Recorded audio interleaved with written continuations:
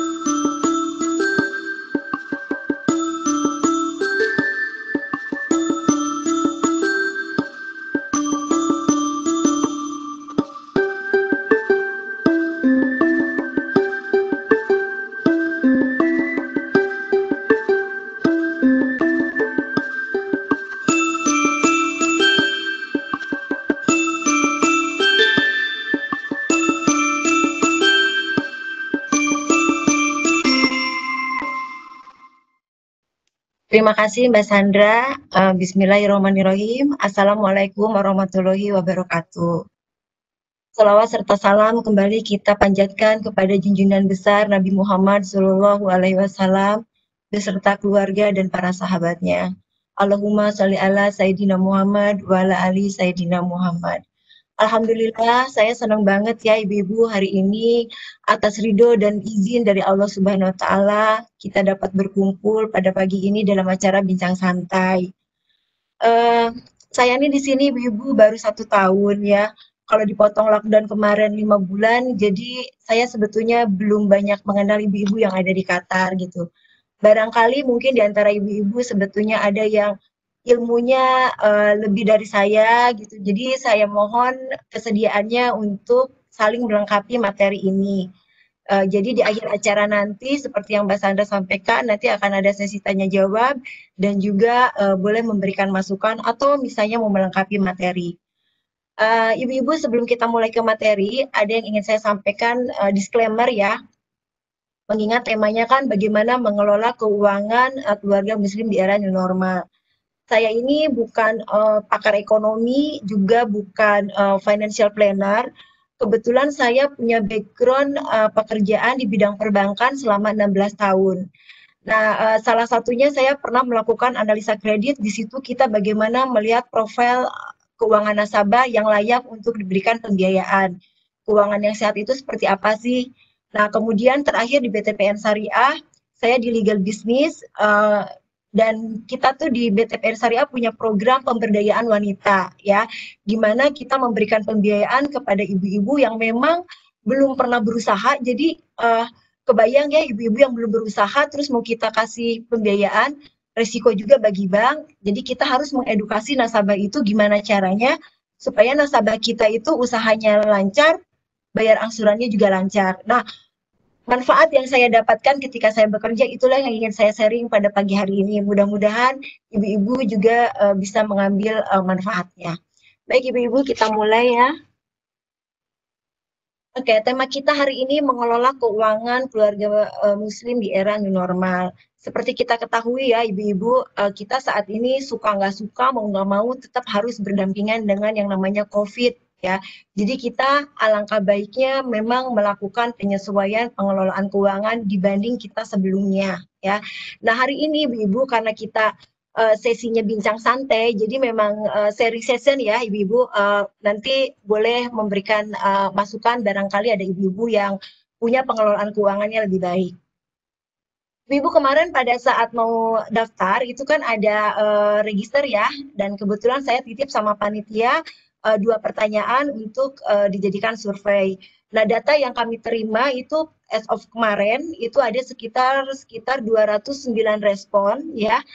Dari pertanyaan apakah Ibu sudah melakukan pengelolaan keuangan, Masya Allah Ibu-Ibu jawabannya luar biasa ya, 74,2% itu Ibu-Ibu sudah melakukan pengelolaan keuangan. Sedangkan yang 25,8%-nya masih belum. Nggak usah khawatir Ibu-Ibu yang belum. Mudah-mudahan setelah belajar hari ini ya, setelah kita sharing hari ini, Ibu-Ibu bisa menerapkan pengelolaan keuangan. Kemudian pertanyaan yang kedua, jika sudah melakukan pengelolaan keuangan, bagaimana pengelolaan keuangan Ibu? Nah, ini juga jawabannya saya surprise banget ya Ibu-Ibu. 15,8% itu mengelola keuangannya sudah sangat baik. Jadi nanti di akhir acara saya menunggu masukannya dari ibu-ibu untuk melengkapi materi yang saya sampaikan nanti. Nah, kemudian ada 46,89% itu mengatakan sudah baik, ya, alhamdulillah. Kemudian ada sekitar 26,79% itu cukup.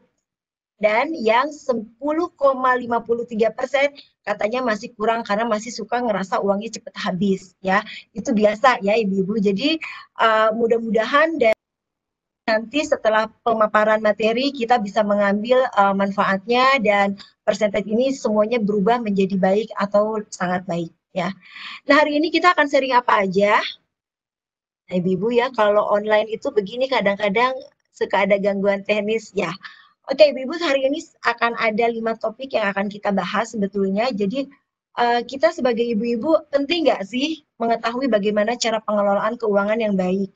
Kemudian yang kedua, perlu nggak sih kita tuh bikin pencatatan keuangan gitu ya. Kemudian nanti yang ketiga, kira-kira apa ya yang bisa mengganggu kondisi keuangan. Yang keempat, eh, maaf, yang ketiga, bagaimana cara kita melakukan cek finansial keuangan. Yang keempat, bagaimana apa saja yang kira-kira akan merusak kondisi keuangan, dan yang terakhir, kira-kira upaya apa yang bisa kita lakukan di era new normal ini. Ibu-ibu, saya kecepatan nggak ya bicaranya? Kalau kecepatan tolong diingetin ya, takutnya malah ibu-ibu jadi bingung nanti. Nah, kita masuk ke poin yang pertama ya, kenapa istri perlu mengetahui pengelolaan keuangan. Di sini saya akan meng-highlight 3 hal ya ibu-ibu. Pertama, kita sebagai istri perlu mendukung perekonomian keluarga. Jadi, pendapatan yang diperoleh suami kita setiap bulannya ini bukan hanya untuk memenuhi kebutuhan saat ini, tapi juga untuk memenuhi kebutuhan di masa yang akan datang, ya.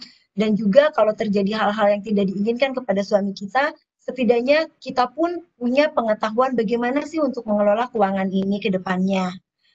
Selain itu, yang kedua adalah kita ini kan sebagai ibu-ibu, apalagi kemarin ya ibu-ibu dalam masa pandemi seperti ini, hampir 24 jam kita ada di rumah. Jadi anak-anak itu melihat kita sebagai role model gitu ya. Dan saya pernah dengar bahwa anak-anak itu adalah observer yang paling hebat. Jadi apa yang anak-anak lihat kesehariannya di rumah, itu sebetulnya yang akan lebih uh, diingat oleh anak-anak. Nah, jadi kalau kita punya pengelolaan keuangan yang baik, ya bagaimana cara kita hidup sederhana, hemat, kemudian gimana kita harus menabung dan investasi, tentunya menabung dan investasi dunia akhirat, ya. Nah, saya rasa ajaran atau pendidikan seperti ini belum tentu anak-anak kita akan dapatkan di bangku sekolah, ya. Jadi alangkah baiknya kalau kita sudah membiasakan hal ini sejak dini dari rumah. Kemudian yang ketiga, ini untuk mencegah terjadinya pemborosan. Ibu-ibu pernah nggak sih kalau misalnya kita habis ngambil uang nih ya dari ATM, terus kadang-kadang kan kok kayaknya baru kemarin deh ngambil uang, kok sekarang udah habis lagi, kemana ya? Kadang-kadang kita juga bingung gitu, beli apa ya? Nah, ini pada umumnya biasanya karena kita kurang mengelola keuangan dengan baik. Jadi kira-kira seperti itu ya ibu-ibu, kenapa kita penting untuk mengetahui pengelolaan keuangan yang baik, ya. Nah, sekarang berikutnya, perlu nggak sih kita itu melakukan pencatatan keuangan? Ya, ibu-ibu, besar kecilnya pendapatan, ya itu bukan menjadi satu-satunya indikator bahwa keuangan itu pengelolaan keuangannya akan baik, ya. Karena pengelolaan keuangan yang baik itu kondisi keuangan yang baik itu dilihat dari bagaimana cara pengelolaan yang baik. Jadi kalau pendapatannya besar, tapi misalnya boros, nggak punya planning, ya bisa jadi uangnya mengalir begitu aja, gitu. Tapi bisa jadi yang pendapatannya mungkin cukup atau mungkin sedikit, tapi karena dikelola dengan baik, disiplin, bisa jadi pengelolaannya lebih baik, gitu ya. Nah, sekarang mengenai pencatatan keuangan. Seberapa penting sih pencatatan keuangan? Ini saya kutip dalam surat Al-Baqarah ya Ibu-ibu ayat 282. Ini ayat terpanjang ya di dalam Al-Qur'an yang pada intinya kalau saya simpulkan bagaimana di dalam ajaran agama Islam memerintahkan untuk melakukan pencatatan dalam kegiatan bermuamalah. Contohnya misalnya dalam kegiatan utang piutang ya, dicatat terus ada saksi dan lain sebagainya. Nah, jadi karena memang kita itu sudah diajarkan untuk membuat catatan. Jadi sebetulnya ini juga sudah menjadi panduan buat kita bahwa pasti pencatatan itu ada manfaatnya. Nah, selain itu, kalau kita punya apa namanya pencatatan keuangan, ibu-ibu, itu kita akan mengetahui kondisi keuangan kita saat ini. Jadi misalnya saya punya budget 500 rial gitu ya untuk seminggu ke depan. Kalau ternyata di list catatan saya itu ada 600, itu pasti saya akan mensortir, memilah kira-kira kebutuhan mana dulu yang harus saya prioritaskan. Karena budget saya cuma 500 gitu ya. Tapi kalau saya nggak mencatat, begitu saya pergi ke Lulu gitu ya, ya udah kadang-kadang yang mau dibeli malah lupa, yang nggak niat mau dibeli malah dibeli gitu ya. Jadi dengan pencatatan keuangan diharapkan itu kita akan memudahkan kita untuk mengambil keputusan dalam hal pengeluaran. Nah, kalau kita udah tahu kondisi keuangan kita gimana, kita udah bisa mengambil keputusan sesuai skala prioritas, maka endingnya, key goals-nya adalah kita akan memiliki perencanaan keuangan yang baik ya. Itu yang kedua. Kemudian yang ketiga, ibu-ibu, pernah nggak sih ibu-ibu kita berpikir ya, misalnya kalau di Indonesia ya dulu pengalaman saya, itu kan sering banget ya di antara ibu-ibu tuh, oh ini boleh ibu-ibu ada spray, boleh dicicil 3 kali, atau misalnya barang kebutuhan lainnya gitu. Nah, kalau misalnya kita ngambil cicilan dan kita nggak mencatat, bahkan mungkin pasangan kita, keluarga kita nggak tahu. Sementara kan yang namanya hutang itu akan dibawa sampai akhir nanti kalau kita dipanggil Allah. Nah, kalau misalnya nggak ada catatan, kasihan kan ahli waris kita gitu ya. Tapi kalau misalnya tahu, oh mama tuh ikut arisan nih, oh mama arisannya udah dapet, berarti kan ada kewajiban yang harus diselesaikan oleh ahli warisnya kepada ibu-ibu yang lain. Kurang lebih seperti itu ya. Mudah-mudahan kita semua jadi lebih aware lagi bahwa pencatatan itu penting ya.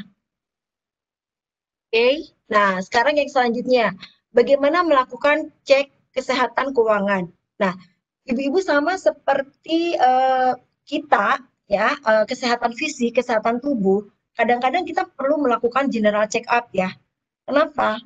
Karena kadang-kadang kita nggak tahu tuh kalau kita tuh ternyata asam uratnya tinggi atau mungkin gula darahnya tinggi. Jadi kemungkinan ada gangguan fisik.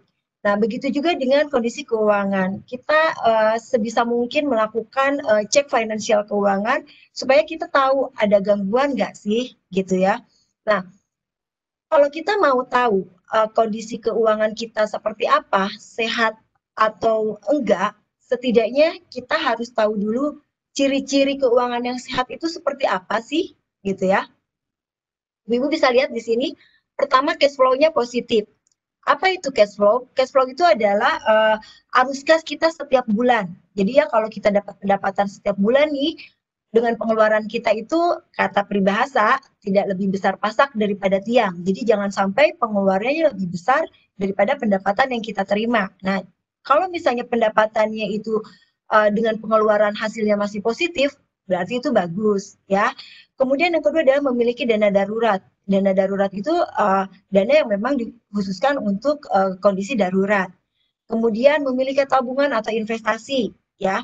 Yang keempat, ciri lainnya ya, kalaupun misalnya dia punya pinjaman atau punya hutang, itu pasti hutangnya adalah hutang yang produktif, bukan hutang yang konsumtif. Konsumtif itu seperti apa? Misalnya kita punya budget terbatas, belum cukup nih untuk liburan ke satu tempat, tapi kita maksain gitu ya, bela-belain ngajuin kredit tanpa agunan atau multiguna atau pakai kartu kredit gitu. Nah, itu ciri yang tidak sehat ya penggunaan pinjamannya. Tapi kalau misalnya kita pinjaman tapi untuk beli rumah kan asetnya nanti akan meningkat ya nilai properti itu. Nah, itu masih dimungkinkan. Kira-kira dapat ya ibu-ibu gambaran ciri-ciri kondisi keuangan yang sehat itu seperti apa. Dan pastinya ibu-ibu tiap bulan kita happy. Enggak, aduh bulan ini kayaknya minus deh. Nah, perasaan itu tuh enggak ada ya. Jadi insya Allah dengan ciri-ciri seperti itu kita jadi tahu, oh kondisi keuangan kita sehat apa enggak. Tapi apakah dengan ciri-ciri itu cukup? Nah ya, tentu saja tidak. Kita harus ngitung betulan. Nah, gimana caranya? Sebelum kita menghitung gimana cara menghitung kondisi keuangan kita, ada beberapa ini semacam apa ya? Kalau saya bilang semacam rumus lah ya, ibu-ibu. Jadi kalau misalnya kita mau tahu patokannya seperti apa sih nabung yang ideal dari pendapatan itu tuh berapa persen gitu ya? Apa harus semuanya? Apa 50% atau berapa? Nah, ini ada indikator-indikator yang bisa kita jadikan patokan ya. Pertama ada rasio likuiditas. Itu apa? Rasio dana yang liquid ya, bukan berarti uang yang ada di dalam dompet, tapi dana yang bisa dicairkan ketika kita butuh, itu kira-kira mencukupi untuk kebutuhan dalam kondisi darurat. Nanti seperti apa kondisi darurat itu akan kita bahas di slide berikutnya. Nah, kemudian yang kedua rasio tabungan. Berapa persen sih nabung yang ideal untuk apa namanya perencanaan keuangan kita? Minimal ya ibu-ibu, minimal adalah 10%. Jadi semakin besar persentasenya, yaitu tentunya semakin bagus ya. Kemudian rasio angsuran. Kalau nih tadi kan mungkin aja kita punya pinjaman apa namanya untuk produktivitas, pinjamannya harus berapa persen angsurannya. Maksimum itu 30%, tapi ada juga sih yang mengatakan harus 35 atau 40. Saya lebih menyarankan konservatif ngambil yang 30%. Ya, jadi itu maksimum ibu-ibu. Kebalikan sama tabungan, semakin besar semakin bagus. Kalau angsuran semakin kecil semakin bagus. Jadi semakin kecil kan artinya kewajiban kita untuk membayar utangnya sedikit. Alokasinya kita bisa lebih leluasa untuk naruh di investasi atau kebutuhan lainnya ya. Nah, kemudian yang keempat adalah rasio hutang terhadap aset ya. Kalau tadi kan angsuran. Angsuran itu kan yang harus kita cicil setiap bulan ya. Sedangkan kalau hutang terhadap aset, jadi total hutang yang kita punya gitu ya terhadap aset yang kita punya itu berapa sih idealnya? Nah, ini harus kurang dari 50%. Kenapa kurang dari 50%? Harapannya nih, kalau sampai terjadi sesuatu, kita harus bayar utang itu seketika, gitu ya. Kita masih punya cadangan loh, ibu-ibu. Kita nggak langsung habis, gitu. Jadi itulah kenapa kalau rasio hutang juga semakin kecil itu semakin bagus. Artinya kan sisa aset yang akan kita gunakan untuk kedepannya menjadi lebih besar. Ya, kira-kira seperti itu ya ibu-ibu. Nah, sekarang selanjutnya gimana cara melakukan kesehatan keuangannya. Tadi kan ibu-ibu udah saya kasih tahu ya, rumus sebetulnya masih ada rasio yang lainnya, tapi saya rasa yang penting, yang sederhana untuk kita ketahui itu dulu. Nah, sekarang bagaimana cara melakukan ceknya? Ibu-ibu nanti bikin list ya, daftar aset kita, kekayaan kita, ya, mulai dari tabungan, deposito, kemudian punya emas, sawah, apartemen, rumah, mobil, apapun itu, mau reksadana, saham, pokoknya sesuatu yang bisa dinilai dengan uang, punya nilai tukar ya. Nah, itu ibu-ibu kelompokkan menjadi harta kekayaan. Ya, itu aset kita ya. Nah, kemudian setelah itu jangan lupa bikin juga daftar hutang ya. Kewajiban kita tuh apa aja ya. Nah, nanti kalau kita pengen tahu tadi rasio hutang terhadap aset, itu nanti kekayaan kita dikurangi dengan jumlah hutang berapa. Itulah kekayaan bersih kita. Ini saya kasih contoh ya ibu-ibu. Nah, jadi misalnya tadi ya, kita di sini bikin list ya, kekayaan kita misalnya ya, seperti ini, ibu-ibu gambarannya. Kemudian hutangnya kita berapa?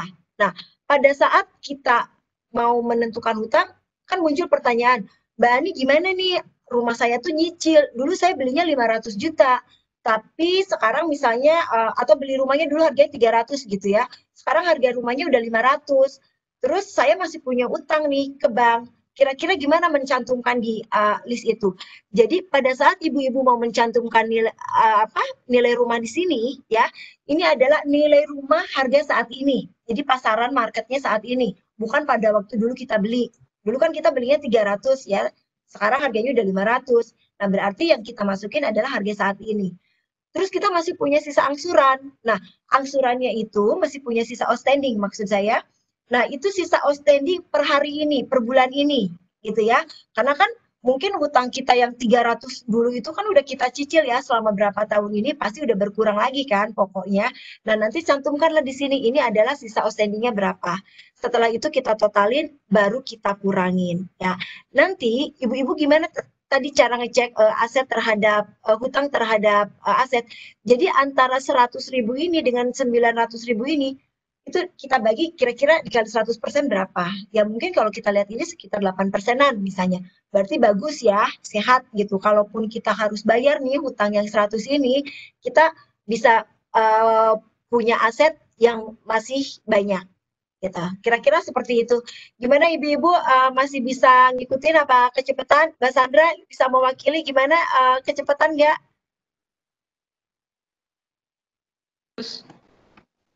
Masih oke ya? Oke ya, kita lanjut ya.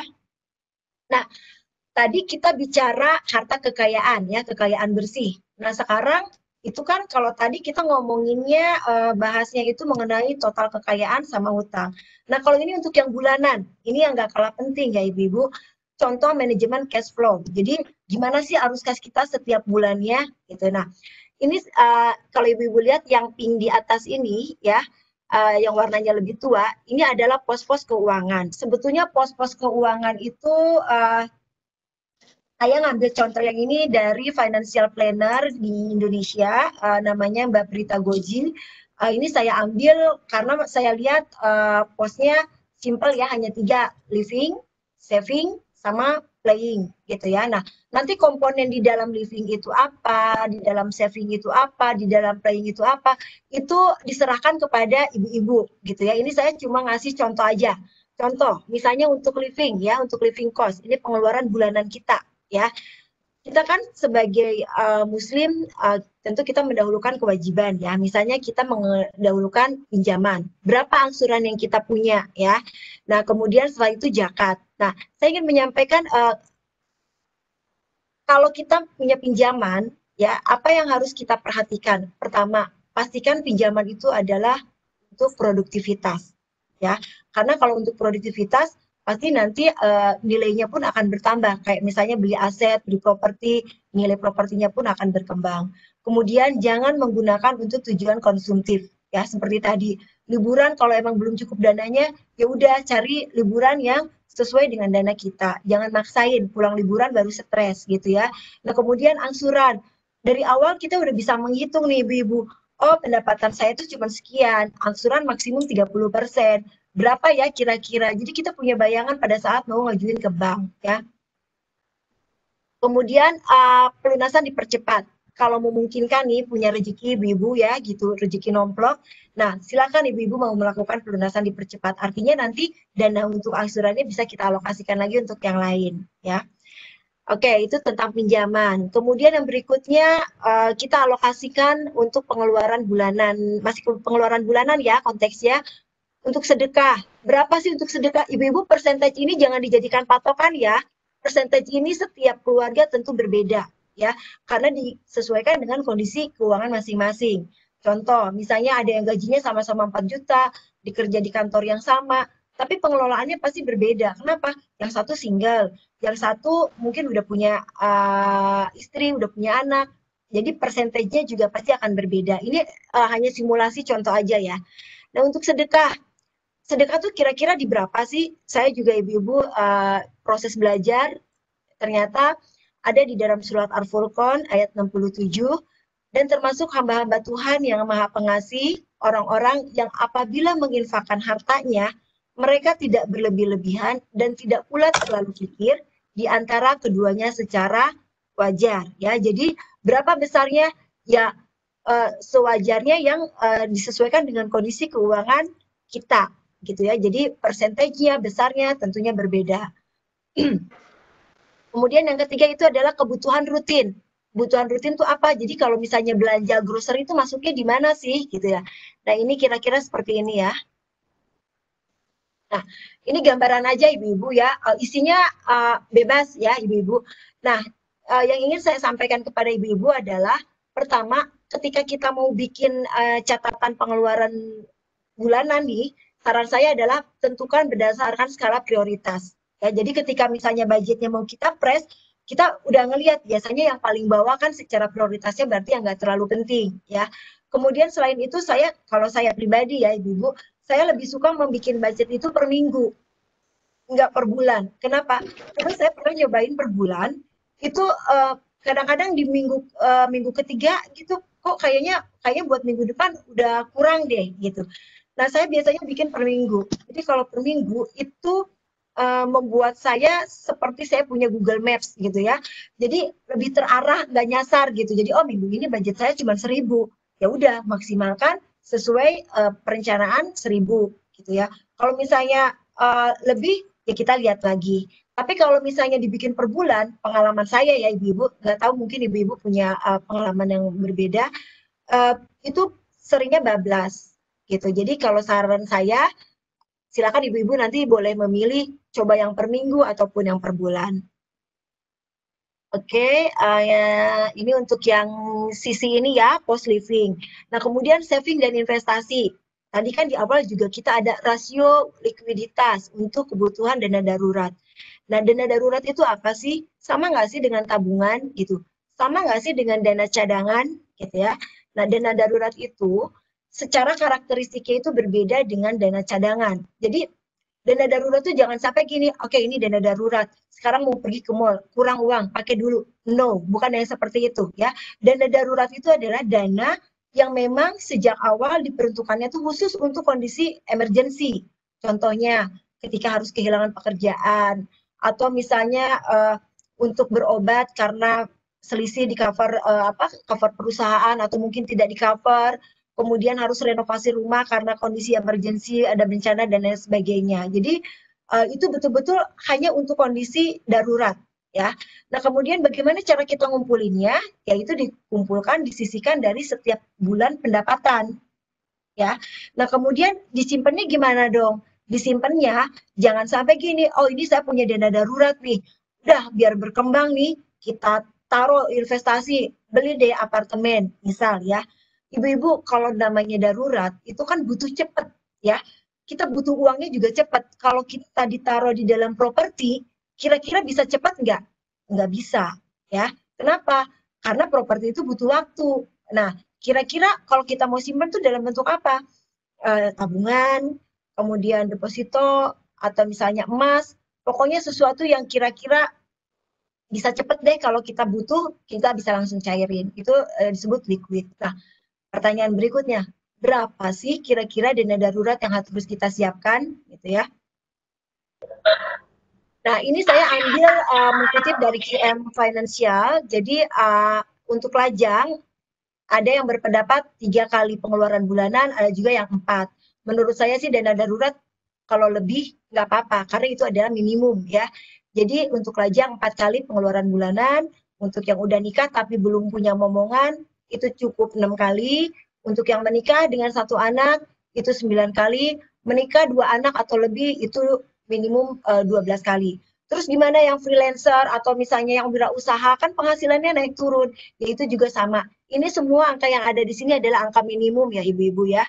Nah, dari mana sih pengeluaran bulanan itu? Bukan dari gaji, ya, bukan dari pendapatan, tapi dari spending kita setiap bulannya ya.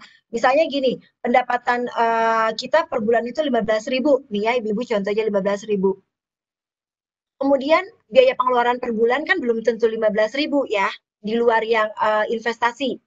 Ini berarti 9.000 misalnya. Nah, maka dana darurat yang dibutuhkan adalah 9.000 dikali 12, yaitu 108.000.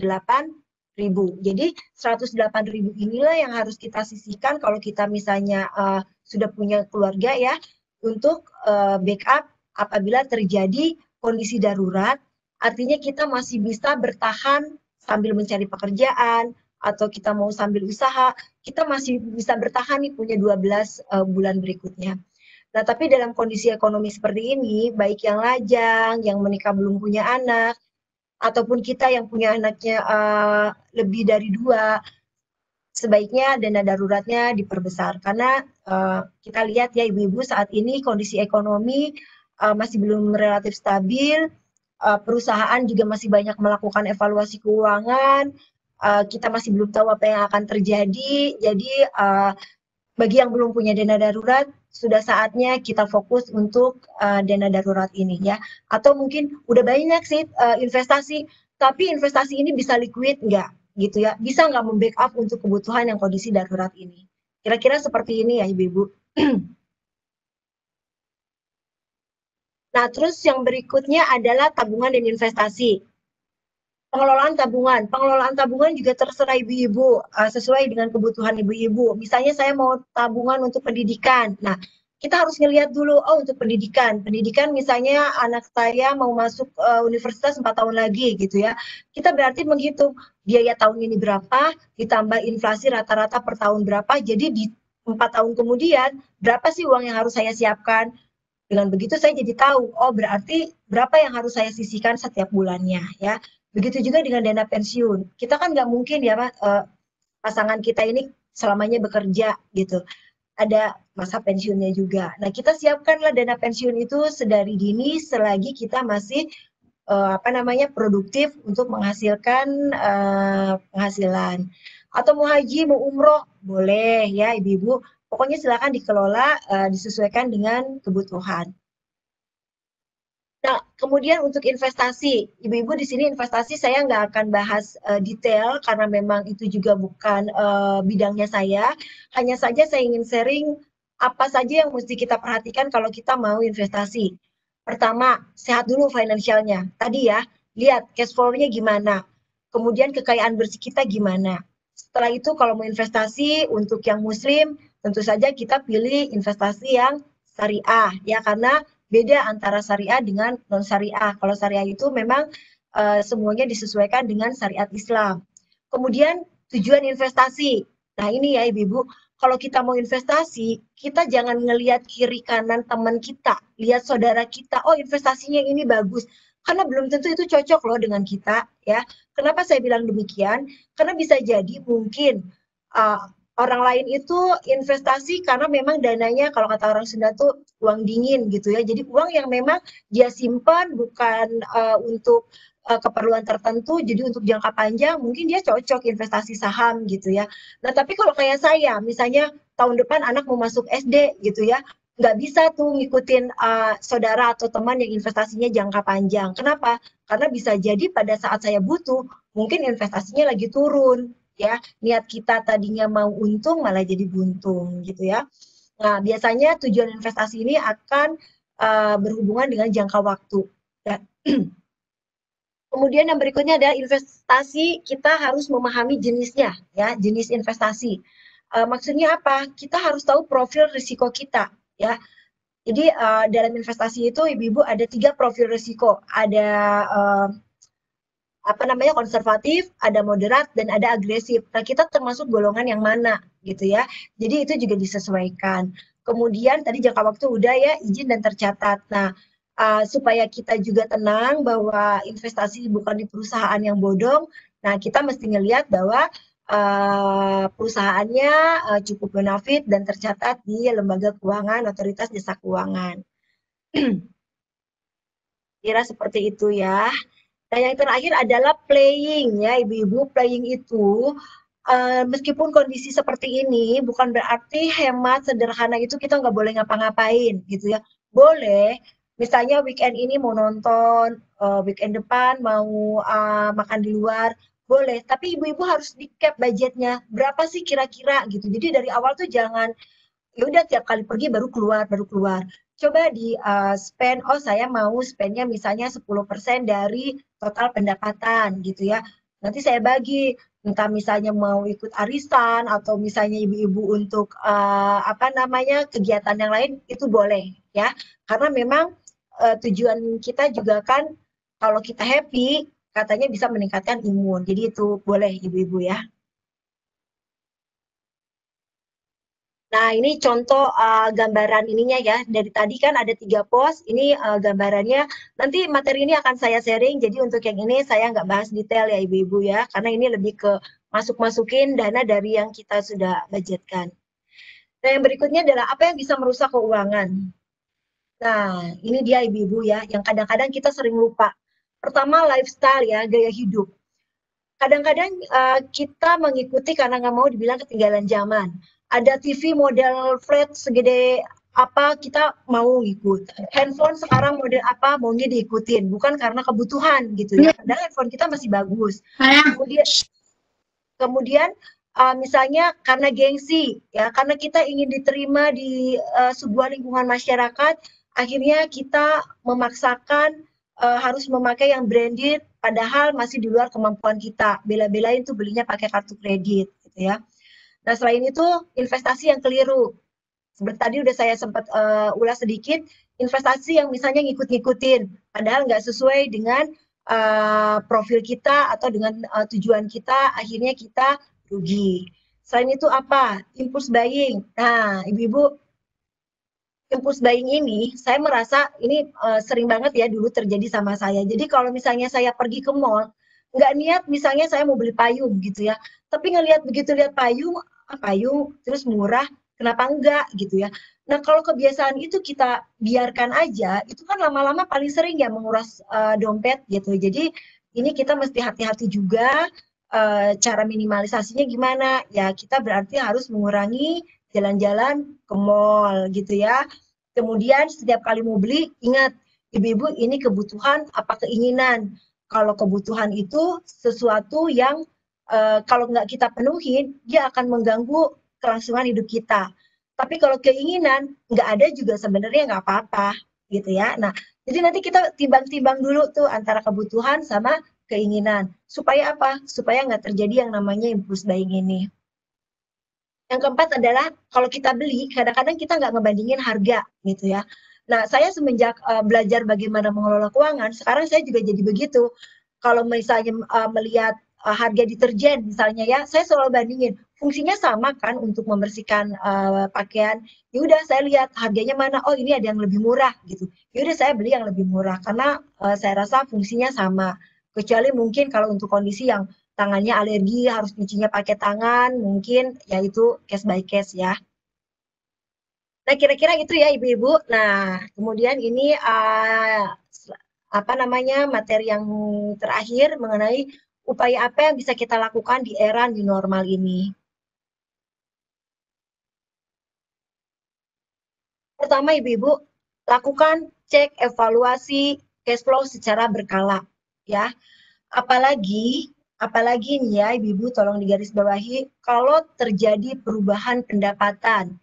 Misal ada penyesuaian benefit allowance yang diterima oleh pasangan kita, tentu kan pendapatannya berkurang. Lakukan saat itu juga penyesuaian. Jadi nggak perlu nunggu, oh nanti deh bulan depan. Begitu ada, langsung kita lakukan pengecekan secara berkala. Supaya apa? Memastikan bahwa penggunaan dana kita itu tetap on track gitu ya, tetap terkontrol gitu. Karena sekali lagi ingat, besar kecilnya pendapatan itu tidak menjamin pengelolaannya baik. Jadi pengelolaan yang baik itu ya karena kita disiplin gitu ya, kondisi keuangan baik itu karena pengelolaan yang baik.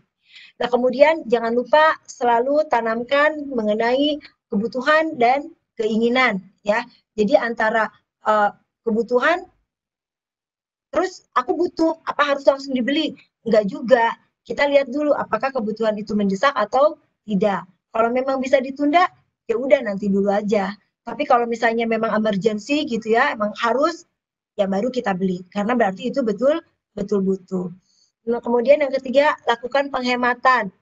Yang saya rasakan ya ibu-ibu kalau kita misalnya beli apa sabun cuci piring atau apa gitu ya, kalau kita lihat ada refill, ya udah kita beli yang refillnya aja. Karena pasti harganya akan berbeda dengan kalau kita beli yang dengan kemasan gitu ya. Lumayan selisih dari situ juga.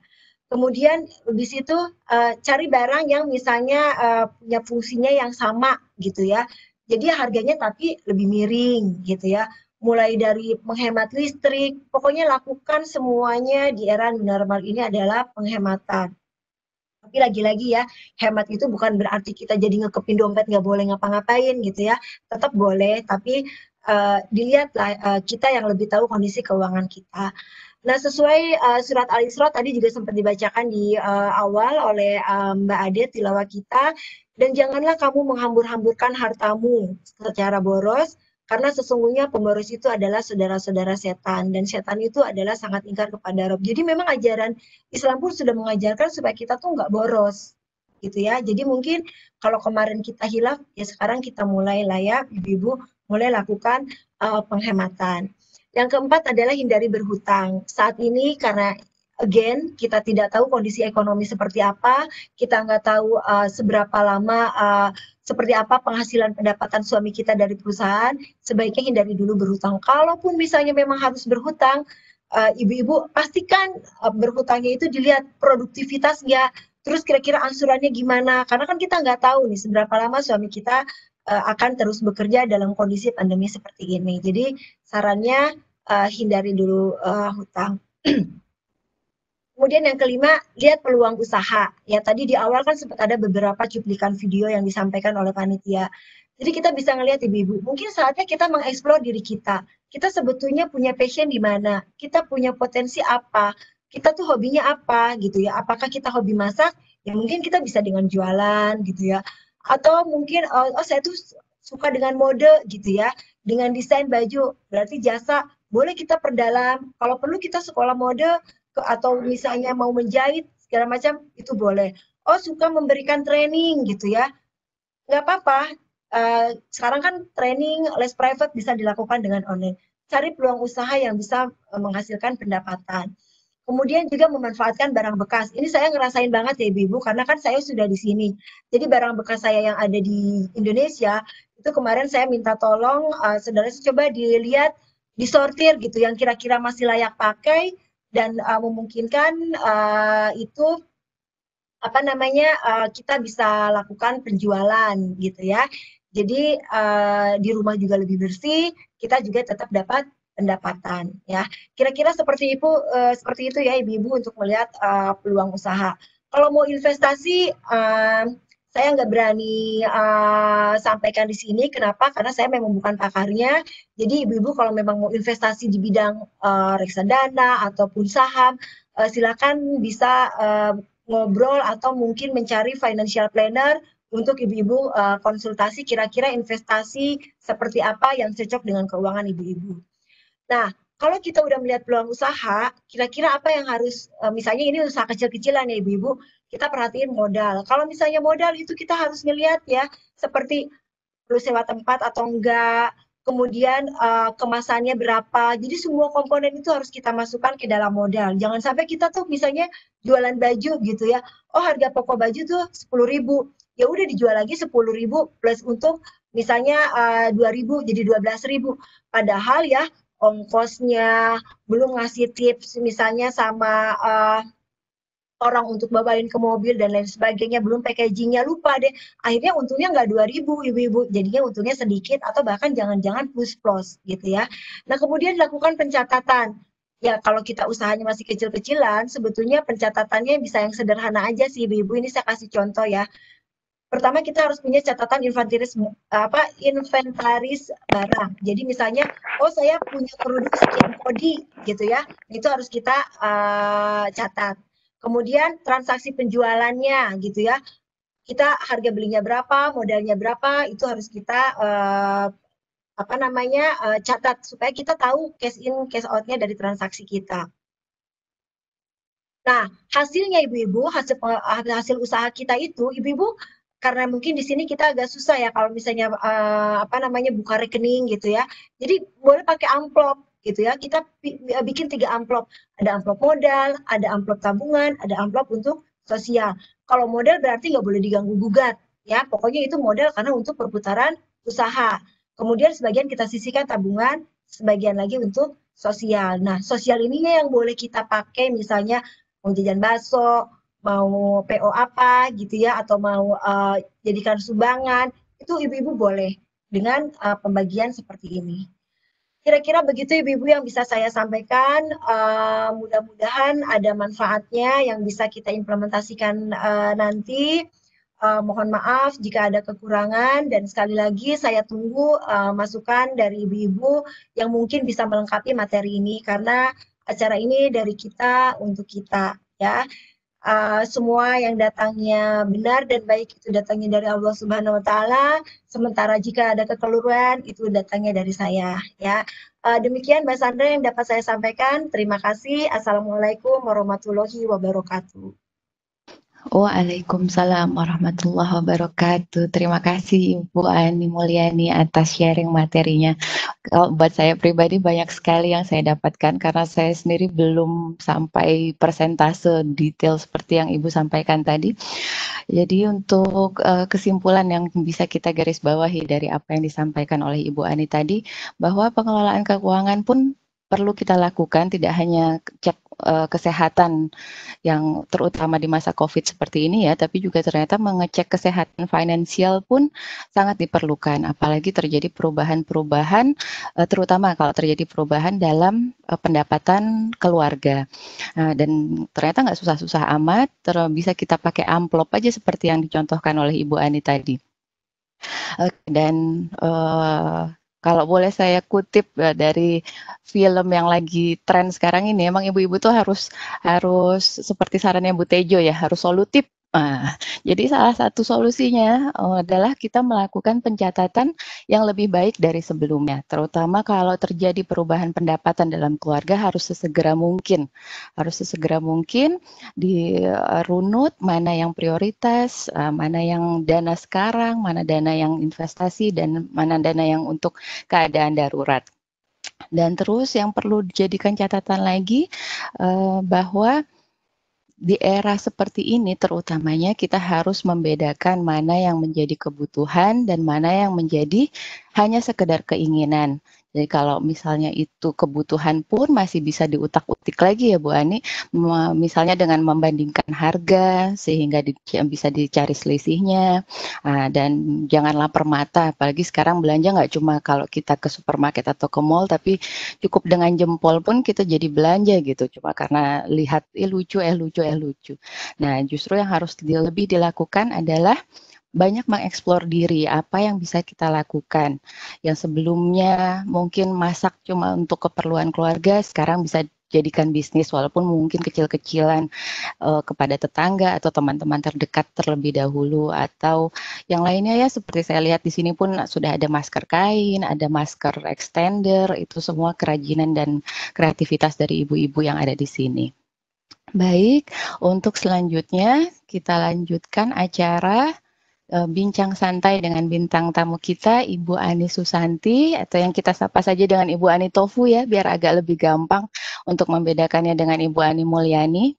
Ya, beliau adalah owner dari restoran Tofu and Cake. Saya pun di sini belum terlalu lama ya, baru 3 tahun, dan begitu saya pertama datang pun langsung diajak teman ke restoran Tofu and Cake ini. Selanjutnya kalau ada teman-teman saya yang baru datang pun, saya selalu perkenalkan terlebih dahulu dengan restoran Tofu and Cake, dan semua orang pasti senang kalau bisa nemu tahu tempe di luar negeri ya Bu. Ada Ibu Ani Tofu sudah ready? Iya, Assalamualaikum Iya, warahmatullahi wabarakatuh. Waalaikumsalam warahmatullahi wabarakatuh. Apa kabar Ibu Ani? Semoga dalam Alhamdulillah keadaan baik. sehat. Iya. Alhamdulillah. Sebelum kita mulai bincang-bincangnya, ada yang ingin saya sampaikan juga bahwa lumayan nyambung lah dengan topik kita pada pagi ini, bahwa ternyata tahu tempe itu juga punya filosofi yang bisa kita ambil.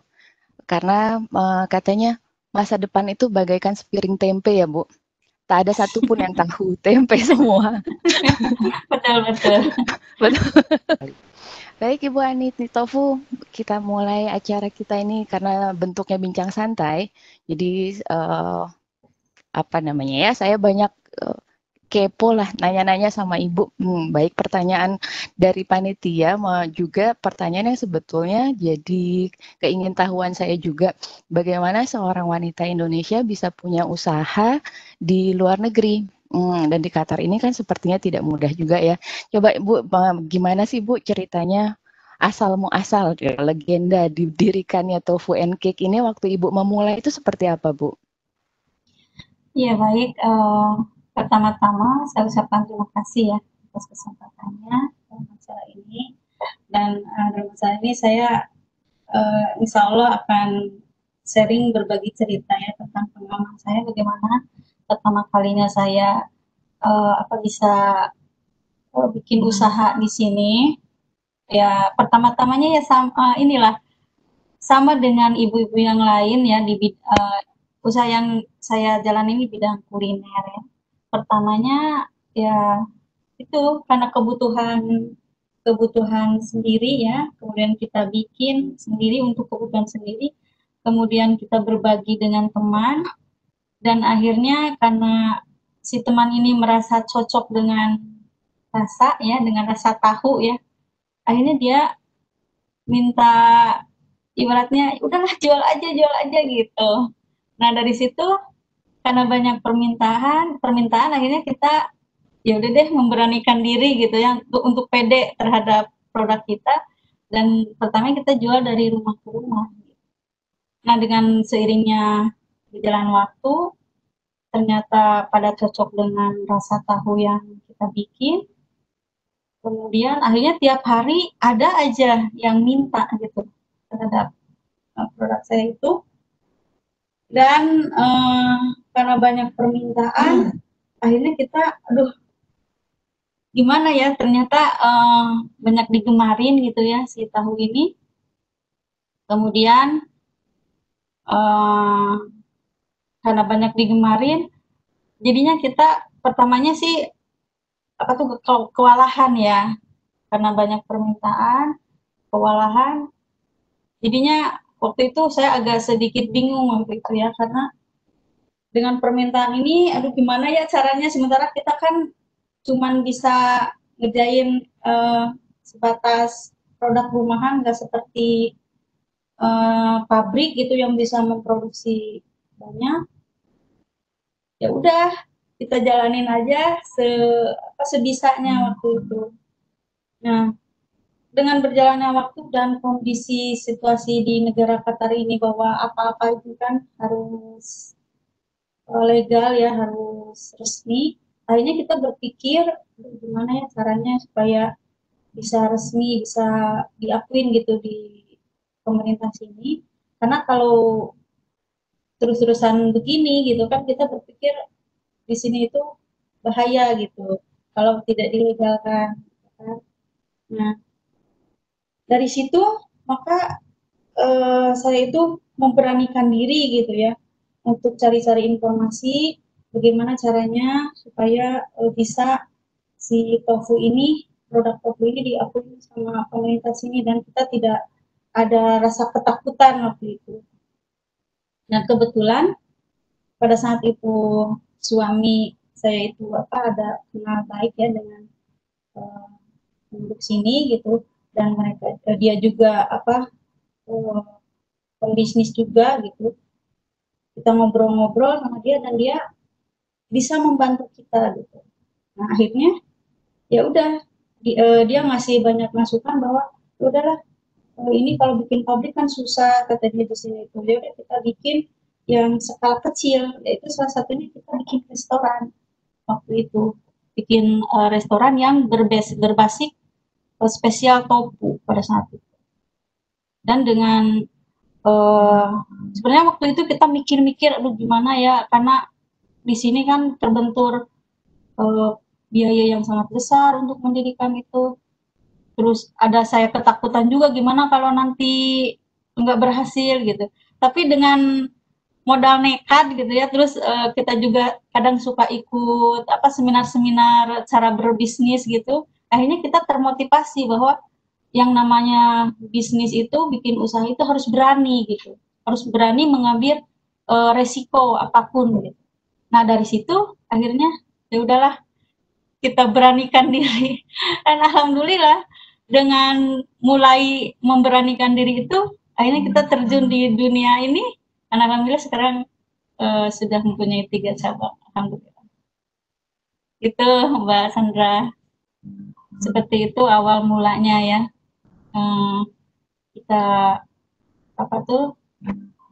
kenapa bisa buka bisnis itu ya itu karena situasi di sini yang harus legal gitu ya, harus resmi. Kemudian saya pun agak sedikit pede waktu itu karena saya udah punya pangsa pasar ya, udah punya pelanggan gitu di sini itu. Jadi insya Allah lah bisa gitu, seperti itu. Bu Ani, suara saya terdengar Bu? Oke, iya terdengar. Oke, oh ya, tahun berapa itu dulu Bu berdirinya Tofu and Cake menjadi restoran?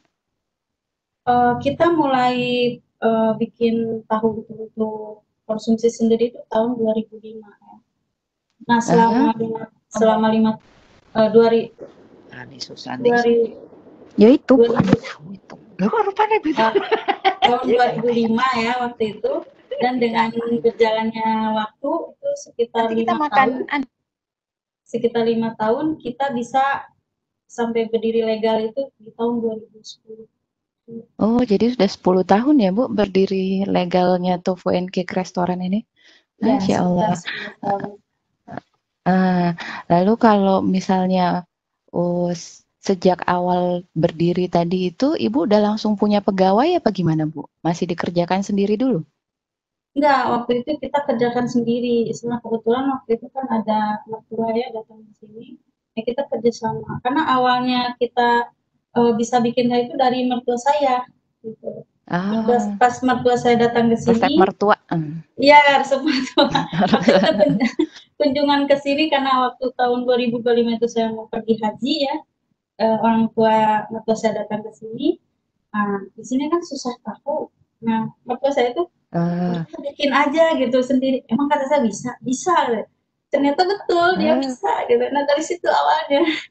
dari situ awalnya, oh, tuh, ternyata Ya, resep mertua membawa berkah. betul sekali. Selanjutnya ketika Alhamdulillah. mulai besar, mulai ada pegawai itu gimana, Bu? Mulai ada pegawai itu sekitar tahun 2008 ya. Waktu itu tahun 2000 kan 3 tahun selama berjalan 3 tahun itu kita kewalahan ya, kewalahan. Uh, Gimana nih bikin capek sendiri gitu karena terlalu banyak Hmm, permintaan. Hanya kita mendatangkan saudara ke sini, kakak saya waktu itu mau nggak gitu bantu-bantu di saya gitu bikin tahu. Kebetulan kakak saya mau. Alhamdulillah sampai sekarang kakak saya masih di sini. Yang pertama kali oh, datang ke sini, alhamdulillah. Ya. jadi sekarang pegawainya dengan 3 cabang yang sudah ada ini sudah berapa pegawai, Bu? Sudah 15 pegawai. Masya Allah 15 pegawai. Ya. Jadi bisnisnya membawa peluang kerja untuk orang lain ya Bu ya. Dan terus kalau untuk menghadapi penjualan sendiri biasanya naik turun itu gimana tips Ibu? Ketika penjualan lagi naik atau mungkin kalau sepinya biasanya orang Indonesia di sini banyak yang mudik selama summer ya. Bisa jadi 2 bulan, 3 bulan orang Indonesia kan banyak yang mudik. Jadi mungkin pembelian turun atau gimana cara Ibu membalancekan keuangan? Oh iya, emang betul yang namanya usaha itu ya pasti ada naik, ada turun. Di Mhm, bulan-bulan tertentu, terutama di sini kan ada bulan-bulan tertentu yang orang Indonesia itu pada mudik ya. Sekitar mhm, 70% mungkin mudik semua ya ibu-ibunya di bulan-bulan mhm. libur Juni, Juli, Agustus seperti itu. Nah, menghadapi masa ketika penjualan turun, saya itu ya tetap aja sabar, ikhlas dan ya tetap bersyukur dengan apa yang kita dapat gitu. Tapi tetap berusaha untuk mempromosikan produk-produk yang ada gitu ya. Baik itu dengan delivery, mau ngantar kemanapun gitu, dengan apa? Dengan minimal order yang seminimal mungkin gitu. Seperti itu caranya.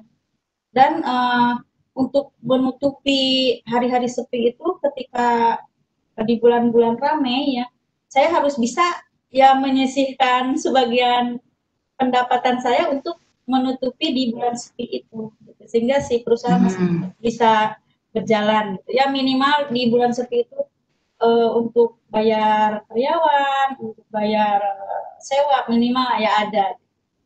Ya syukur-syukur hmm, ada keuntungan gitu ya. Nah, makanya saya harus nyimpen menyimpan dana untuk menghadapi bulan-bulan sepi. Nah, dana itu ya kadang terpakai ya kalau itu ya.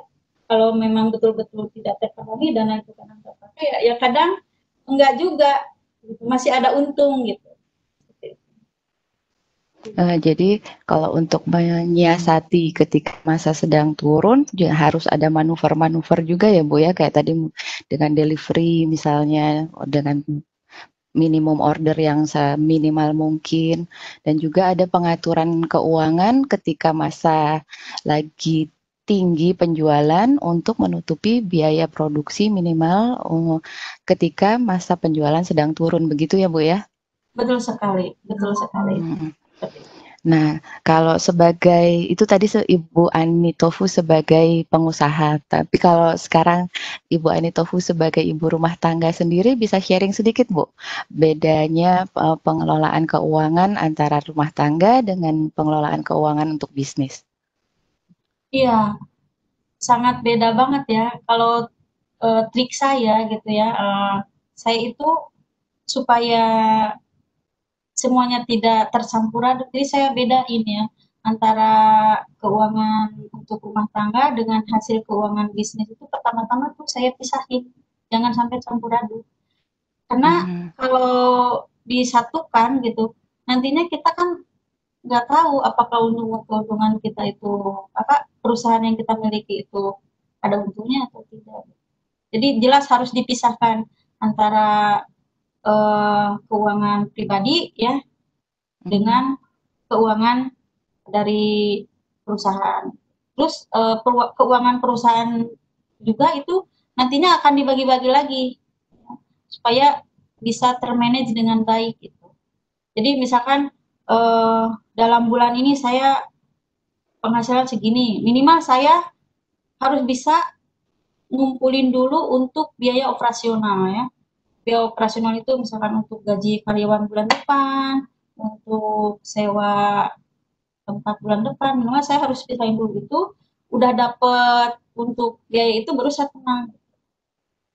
Terus nanti di akhir bulan saya pun harus kalau ada lebih kan nanti biasanya ada lebih gitu, nanti saya harus bisa menyisihkan dulu juga untuk biaya pemeliharaan restoran, kemudian untuk maintenance ya, dan yang terakhir ya saya harus bisa saving dari hasil perusahaan ini harus itu aja. Kalau saya nggak begitu rumit sih, paling ya gitu doang. Saya Nah, misahin tapi dulu. sangat perlu disiplin ya Bu, ya Ya, tapi harus pemisahan itu harus disiplin, ya. tegas ya. Betul, betul. Nah, jadi kalau di sini ada ibu-ibu yang baru mau memulai usaha, apa pesan atau tips yang bisa Ibu sharing untuk memulai usaha baru, Bu? Kalau tip dari saya itu kalau kita mau usaha itu harus ini istiqomah ya, harus istiqomah. Jangan Yang pertama tadi modal nekat, yang penting berani dulu ya, Bu? ya berani, kemudian istiqomah, jangan setengah-setengah gitu. Nah, tapi kalau di sini kan terbenturnya antara legal dan tidak legal gitu ya. Nah, sebelum legal kan biasanya kalau pengalaman saya sebelum legal itu saya tidak legal dulu gitu. Nah, di masa tidak legal itu saya itu harus berjuang keras untuk mendapatkan customer ya. Harus berjuang keras, terus harus continue, tidak anggot-anggotan gitu. Terutama kalau di bidang makanan ya. Kadang orang kan pesan gitu. Kalau anggot-anggotan kadang nggak ada gitu kan nanti jadi kecewa gitu. Jadi harus continue, harus terus istiqomah lah ibaratnya kayak gitu. Tipnya itu lagi turun ya. Namanya lagi dirintis ya, Bu ya? Ya, seperti itu. Itu salah satu pengalaman saya.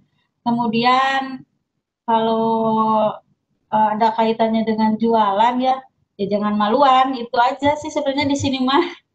Maksudnya jangan maluan itu ya nawar-nawarin gitu ya.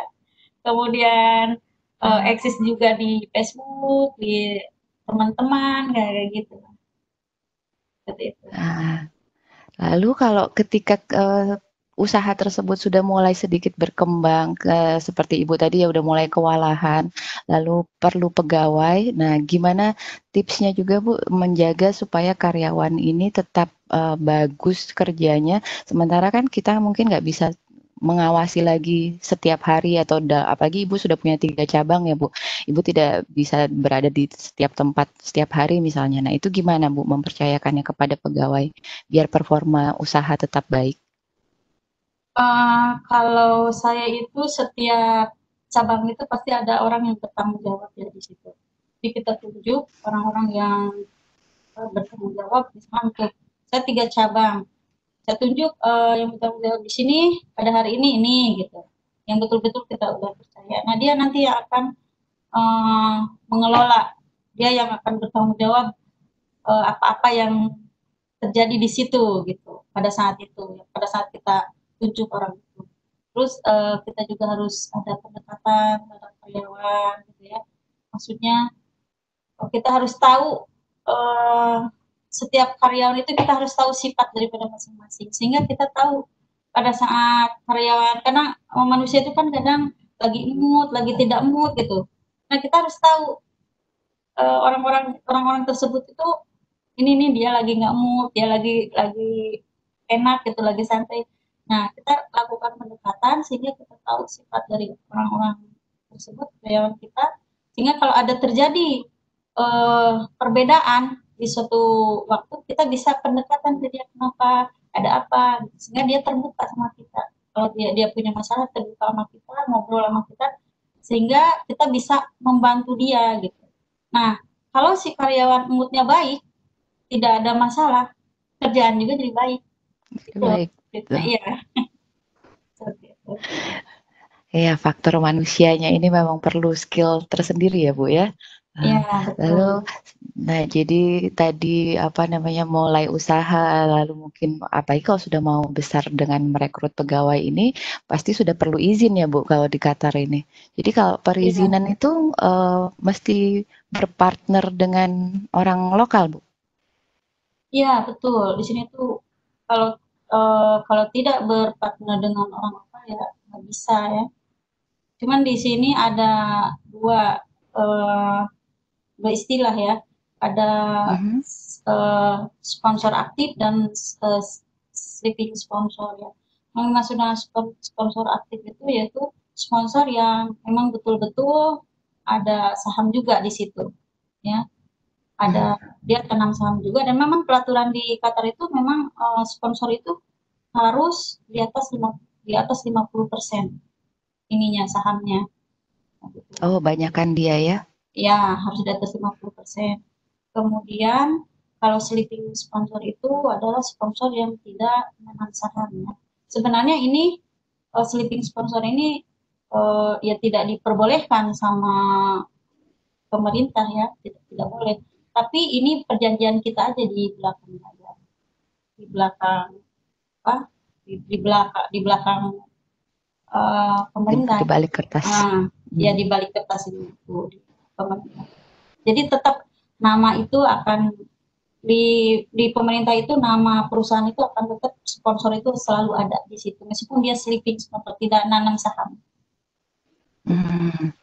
Oke, lalu kalau untuk ibu-ibu yang baru mau mulai, lalu belum sampai terfikir atau mungkin masih susah untuk melakukan perizinan seperti itu, bisa nggak Bu bekerja samanya dengan Ibu Ani Tofu dan restoran Tofu and Cake ini, misalnya menitipkan produk makanannya untuk dijual di restoran Ibu? Ya, sebenarnya kalau yang belum punya izin itu ya, itu kalau ketahuan sama pemerintah sini kerja di sini nggak boleh ya, karena di sini peraturannya sangat ketat dan sangat apa tuh melindungi terhadap para pengusaha yang sudah punya izin. Tetapi kalau untuk saya, karena tofu and cake ini judulnya aja kan tofu and cake ya, itu tahu sama cake itu kue ya. Kalau di ini kan, sementara saya pun tidak bisa mengerjakan sendiri terhadap produk-produk itu, ya otomatis saya mensiasatinya supaya restoran saya ini tetap ada kuenya itu ya saya bekerja sama dengan orang-orang yang bisa bikin tapi belum punya izin ya saya bekerja sama dengan mereka tanpa komunitas ini tahu gitu. Jadi saya pun harus betul-betul safety ya supaya si produk-produk yang saya kerjasama dengan orang itu tidak ketahuan itu adalah bukan buatan OPNK seperti itu. Oke, jadi berarti terbuka kemungkinan ya Bu untuk ibu-ibu yang punya produk kue dan masakan lainnya untuk bekerja sama dengan Tofu and Cake dan menitipkan lah istilahnya jual produknya untuk dijual di restoran Ibu. Iya, karena selama ini memang begitu. Saya Hmm, ada beberapa item yang bukan produk Tofu ya, terutama buat produk kue-kue itu rata-rata bukan dari luar ya Bu ya. saya datang dari luar. Saya beli sistemnya itu Nah, kadang sistemnya kadang saya beli sistemnya ya, atau sistemnya nitip. Kalau sistemnya beli oh, berarti itu tidak ada istilah tidak laku, beli itu tanggung putus jawab ya, saya, ya. ya gitu. Kalau sistemnya Mhm. titip berarti saya tidak bertanggung jawab terhadap barang yang tidak laku. Yang tidak laku. Ya. Oke. Ya, terima kasih Ibu Anitofu atas bincang-bincangnya. Semoga banyak memberikan pencerahan bagi ibu-ibu semua yang terutama yang baru mau memulai usahanya bahwa memang di awalnya perlu nekat, perlu keberanian, lalu perlu Ya. keistiqomahan, jangan cepat menyerah ya Bu ya ketika penjualan baru sedikit atau mungkin sebentar banyak lalu kemudian menurun, harus tetap istiqomah bertahan dalam memperjuangkan bisnisnya. Oke, kita lanjut. Ya, terima kasih banyak Bu Anitofu. Sama-sama. Oke, saya masuk saja ke pertanyaan pertama untuk Ibu Ani Susanti, untuk Ibu Anitofu ya. Bu Ani Tofu, bagaimana proses perizinan sampai bisa berjalan usahanya secara legal? Apa saja kendalanya? Terima kasih. Ya, untuk proses perizinan ya alhamdulillah saya itu punya sponsor yang sangat care dan sangat peduli ya. Karena itu penting banget ya, sponsor yang peduli itu penting banget karena kalau kita ngurus sendiri eh, tanpa didampingin oleh sponsor itu beda banget, baik itu dalam cepat atau perlakuan terhadap itu tuh beda. Dan alhamdulillah saya itu segala sesuatunya itu beliau yang ngurus ya, selalu ada di samping saya gitu. Kalau ada sesuatu yang harus diurus tuh dia selalu siap gitu. Jadi dan kadang dia sendiri kalau kalau tidak perlu saya dia sendiri yang ngurus gitu. Alhamdulillah. Itu ngurusnya kemana ya, Bu? Ada departemen-departemennya. Misalkan untuk CR ada kemana gitu. Dia sendiri yang ini, sponsor saya sendiri yang yang terjun langsung gitu. Oh, karena dia Ini orang lokal, dia lebih tahu ya. ya Dia yang paham. ini harus harus ngurus ini ke sini ya. Kata saya perlu saya enggak perlu perlu saya ikut. Kalau kalau nggak perlu saya dia nggak ini nggak apa nggak mesti saya ikut. Dia aja sendiri yang pergi gitu kalau kalau nggak perlu saya. Kalau perlu saya tuh kalau harus ada yang di tanda tangan atau apa gitu baru dia hubungin. Kadang suka sama suami kan kalau saya sama suami pergi dia bilang ini perlu istri kamu gitu ke sini. Sebenarnya dia sih yang ngurus semuanya sponsor gitu yang Hmm. ngurus semuanya. Jadi saya mah Jadi tinggal rezeki ya, Bu. Iya, ya tinggal ngikutin dia aja gitu. dia aja. Dan kalau memang kalau nggak sama dia, kadang ya kita dipersulit ya, baik itu waktu Hmm, atau perlakuan, nggak susah iya, di iya. sini. Jadi partner yang baik ini adalah kunci ya, Bu. Iya betul.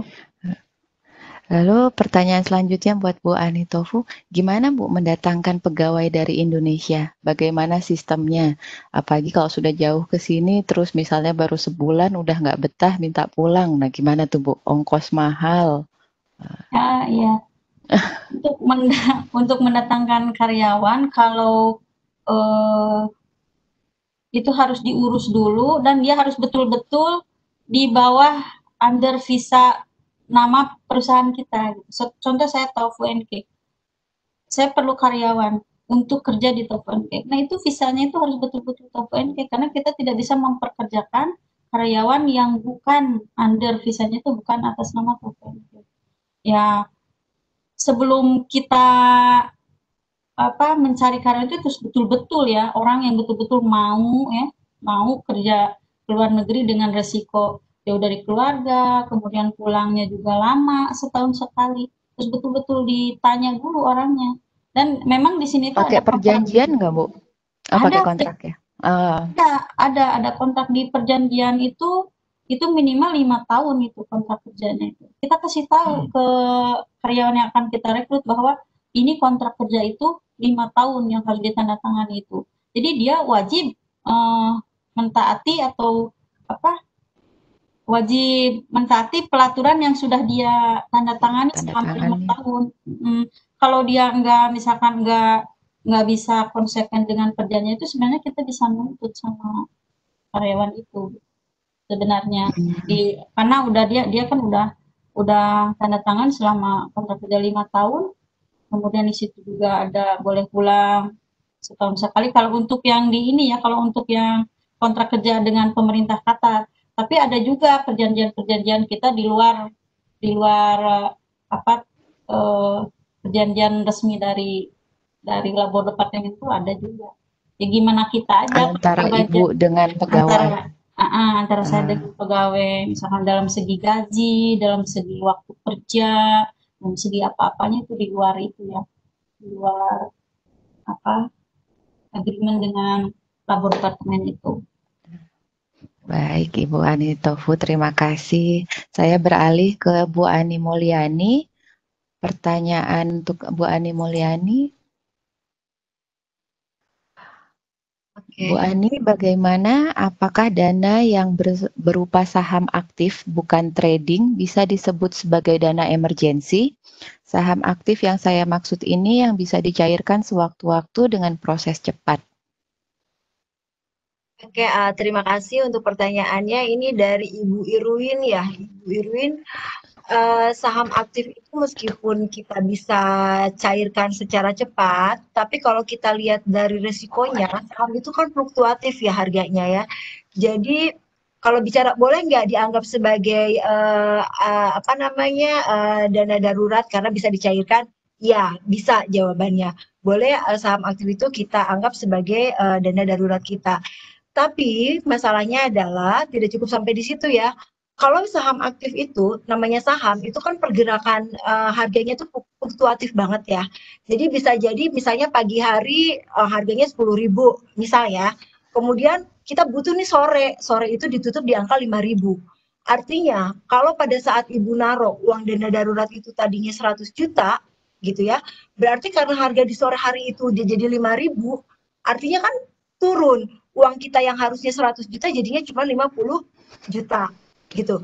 Kalau bicara dicairkannya ya bisa, tapi menurut saya sih beresiko ya kalau itu dijadikan dana darurat gitu. Jadi kalau mau ya saham itu biasanya untuk jangka panjang gitu. Dana darurat itu kan sebisa mungkin uang 100 juta itu nggak boleh berkurang, ya nggak ibu-ibu? Syukur alhamdulillah kalau bisa bertambah gitu. Jadi kalau ditaruh di dalam saham yang aktif, ada potensi risiko seperti itu. Tapi ada potensi untung nggak? Ya ada juga. Kalau misalnya tadinya 10.000, sore hari jadi 15.000, berarti kan dari 100 juta jadi 150 juta. Kira-kira seperti itu ya Ibu. Jadi tetap ada potensi risiko yang harus Ibu manage ketika mau menempatkan dana darurat itu dalam pasar uang seperti apa.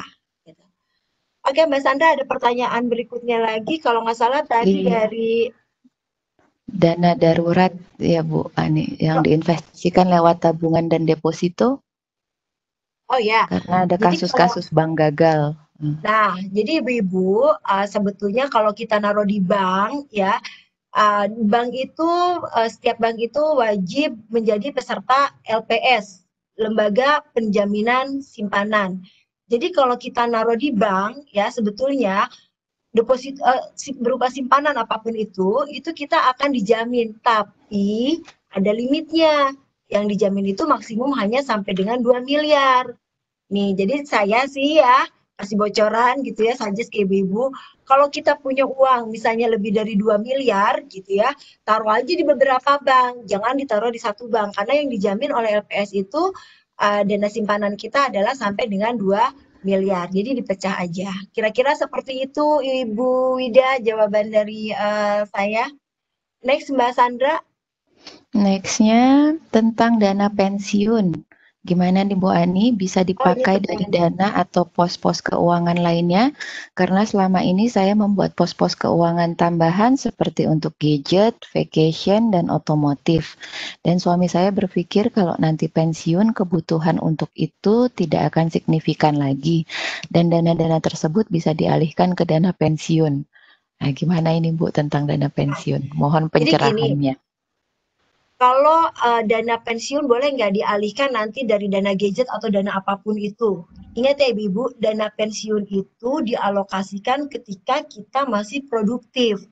Kalau dialokasikannya nanti pada saat kitanya juga udah pensiun, ya berarti kan kebayang ya gitu. Jadi kalaupun mau dialokasikan, ya mungkin dari sekarang ibu-ibu sudah mengalokasikan, kecuali mungkin alokasi dana pensiunnya itu dari hasil usaha bukan dari hasil pendapatan bulanan gaji gitu ya. Jadi oh buat masa pensiun saya karena sudah punya usaha sendiri dan usaha itu sekarang misalnya saya pakai untuk budget yang lain, tapi nanti misalnya di masa pensiun saya alihkan budget ini ke dana pensiun.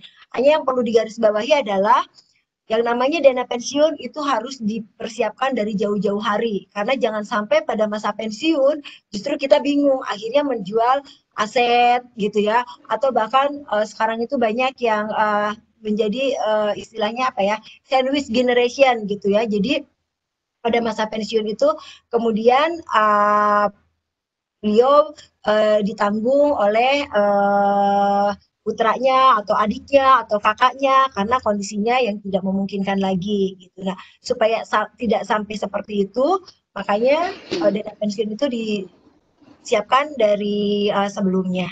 Kira-kira seperti itu ya Ibu Pramestri Kusuma, boleh dialokasikan selama memang akan mencukupi di dana pensiun nanti. Oke, terima kasih Bu Ani. Selanjutnya pertanyaannya tentang membedakan pinjaman di bank syariah dan bank konvensional. Bagaimana cara membedakannya? Oke, membedakannya Ibu-ibu, kalau misalnya kita di bank konvensional, karena sebetulnya sebelumnya saya juga pernah di bank konvensional, itu kalau perjanjian, itu kita hanya ada yang namanya perjanjian kredit antara bank dengan nasabah. Tapi kalau di syariah, itu dari sisi prosesnya pun berbeda. Misalnya contoh, kalau saya mau KPR, ya, atau saya mau sistemnya kerjasama, punya proyek gitu ya. Kalau di konvensional ya udah kerjasama, plafonnya sekian, bunganya sekian, cicilan per bulannya sekian. Tapi kalau di bank syariah, karena prinsip basicnya adalah kerjasama, jadi untung dan rugi itu biasanya nanti akan diperjanjikan. Jadi misalnya, oke, kalau misalnya dari untung itu 70% untuk bank, 30% misalnya untuk nasabah gitu. Jadi secara akadnya pun berbeda gitu ya antara konvensional dengan syariah. Kurang lebih seperti itu. Jadi nanti akadnya pun berbeda, kayak misalnya beli rumah mau menggunakan akad apa ini, mau musyarakah atau misalnya mau murabahah. Kalau murabahah itu jadi sistemnya jual beli. Nanti rumahnya dibayarin oleh bank ke developer gitu ya. Berarti kan haknya menjadi hak bank rumah itu. Kemudian habis itu bank akad kredit gitu ya, akad pembiayaan dengan nasabah. Rumah yang tadinya harganya 1 miliar sama bank dijual misalnya ke nasabah menjadi 1,2 M. Kemudian nanti dicicil selama misalnya 15 tahun. Cicilannya berapa per bulan gitu. Kalau di konvensional kita mau beli rumah, ya udah kita langsung aja akad kredit seperti biasa. Kurang lebih seperti itu Mbak Sandra. Oke, sebelumnya saya ingatkan masih ada beberapa orang yang belum mengisi polling kuesioner. Masih ada waktu sedikit lagi. Tolong diisi ya Bu Ibu. Oke, sambil lanjut juga pertanyaan untuk Ibu Ani Mulyani, gimana Bu cara apa saja yang harus dilakukan jika kondisi sudah terlanjur terlilit hutang? Ibu-ibu gini, kalau kita sudah terlanjur terlilit hutang, pertama yang harus kita lakukan adalah kita melakukan cek finansial kita. Ya, tadi di awal saya cek kondisi keuangan kita ya. Kira-kira mana yang bisa kita press. Kalau misalnya memang ada aset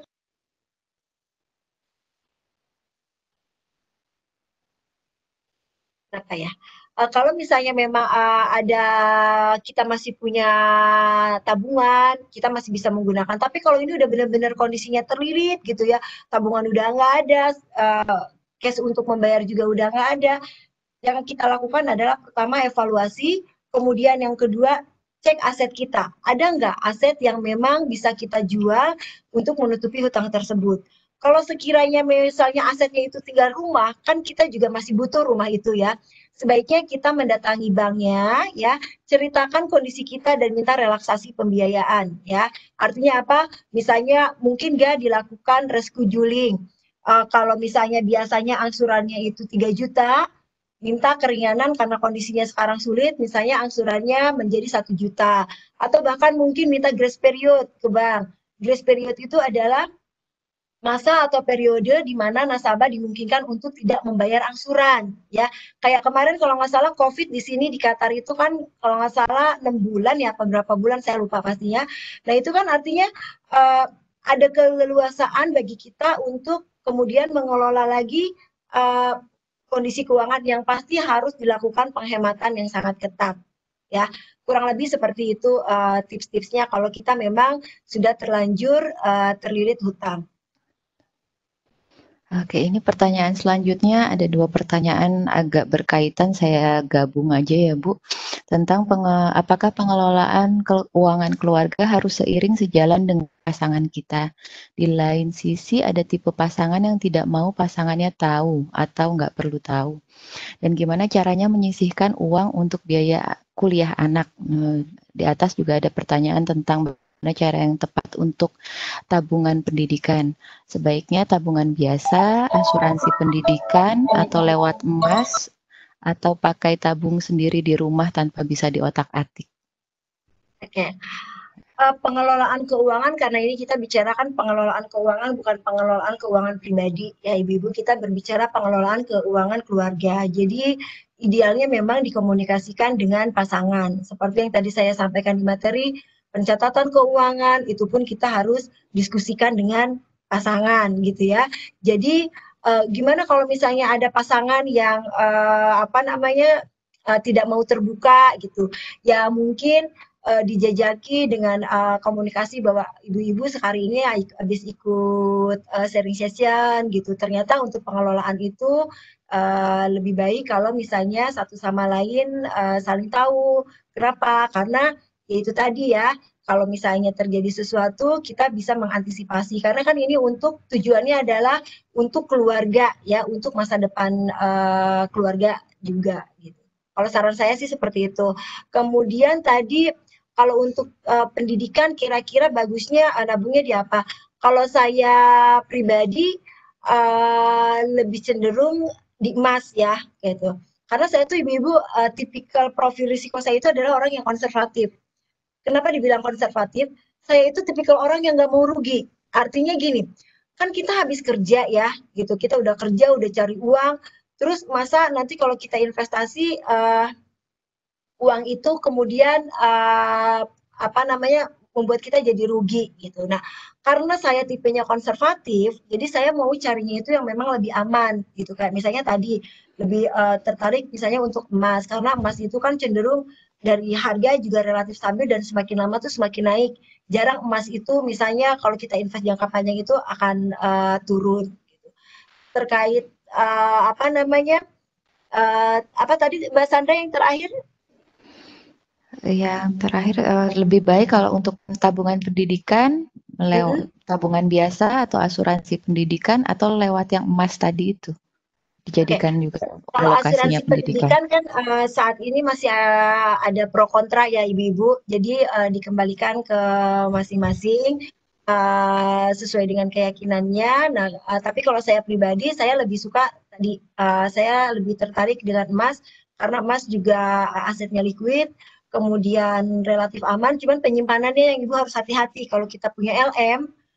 Oh ya, emasnya itu sebaiknya emas LM ya ibu-ibu, bukan emas perhiasan. Karena kalau emas perhiasan. perhiasan itu kan cenderung apalagi kalau ada batunya atau apa itu kan cenderung harganya juga mengalami penurunan ya. Tapi kalau bentuknya logam mulia itu biasanya cenderung harganya naik gitu.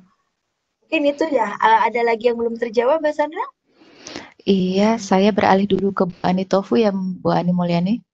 Oh iya, boleh-boleh, silakan. Iya, untuk Bu Ani Tofu, apa suka duka spesial yang paling berkesan Bu selama menjalankan usaha ini, dan gimana caranya membagi waktu antara urusan rumah tangga dengan bisnis?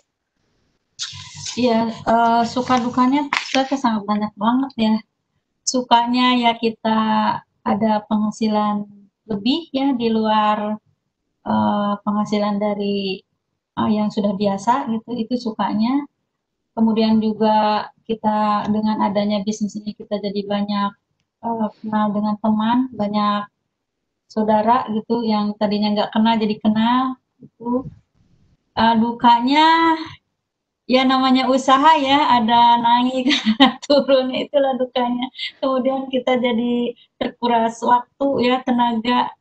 Kemudian namanya usaha pasti ada sesuatu hal yang ya dikorbankan lah, ada banyak waktu yang kita terfokus pada usaha itu gitu. Kalau misalkan teman-teman kita bisa jalan lebih banyak, bisa bisa main lebih banyak, kita ya tidak sama gitu, malah lebih lebih sibuk gitu kan.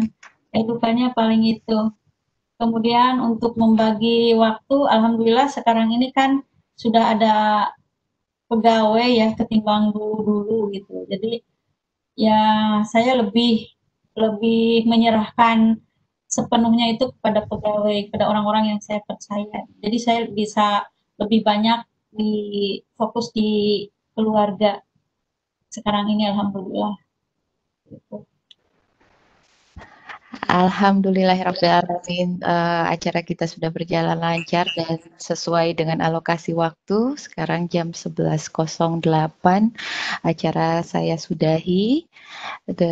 Jadi kesimpulan yang kita dapat hari ini bahwa pengelolaan keuangan itu juga perlu dicek kesehatannya, terutama di masa terjadi perubahan. Tidak hanya kesehatan fisik yang kita perlukan, tapi juga pengecekan kesehatan keuangan sangat diperlukan. Dan harus diingat bahwa ada perbedaan yang sangat signifikan antara kebutuhan dan keinginan. Dan kita sebagai ibu-ibu sangat berperan dalam sisi sebelah sini ya, karena mungkin keinginan kita sangat besar dan ibu-ibu harus bisa mengendalikannya, terutama dari online ini yang nggak perlu effort sama sekali ya. Kita nggak perlu keluar, nggak perlu apa, barang diantar, Masya Allah. Oke, jadi saya tutup saja acara kita hari ini. Mari kita baca Alhamdulillah bersama-sama. Alhamdulillahirrabbilalamin. Dan istighfar, astagfirullahaladzim. Kita baca bersama-sama doa kafaratul majlis. Subhanakallahumma wa bihamdika asyhadu an la ilaha illa anta astaghfiruka wa atubu ilaik. Terima kasih kami sampaikan kepada semua narasumber, baik Ibu Ani Mulyani dan juga bintang tamu kita Ibu Ani Tofu, kepada panitia sekalian sebagai penyelenggara, juga kepada Permika, kepada Kajian Islami Madani, dan kepada Tofu and Cake Restoran yang sudah menyelenggarakan kajian wanita online ini. Akhirul kata dari saya, mensan in corpore sano, di dalam keuangan keluarga yang sehat terdapat ibu yang bijaksana. Jadi semangat ibu-ibu, kita kelola keuangan lebih baik lagi dari sebelumnya. Semoga kita punya ketahanan finansial. Oke, assalamualaikum warahmatullahi wabarakatuh.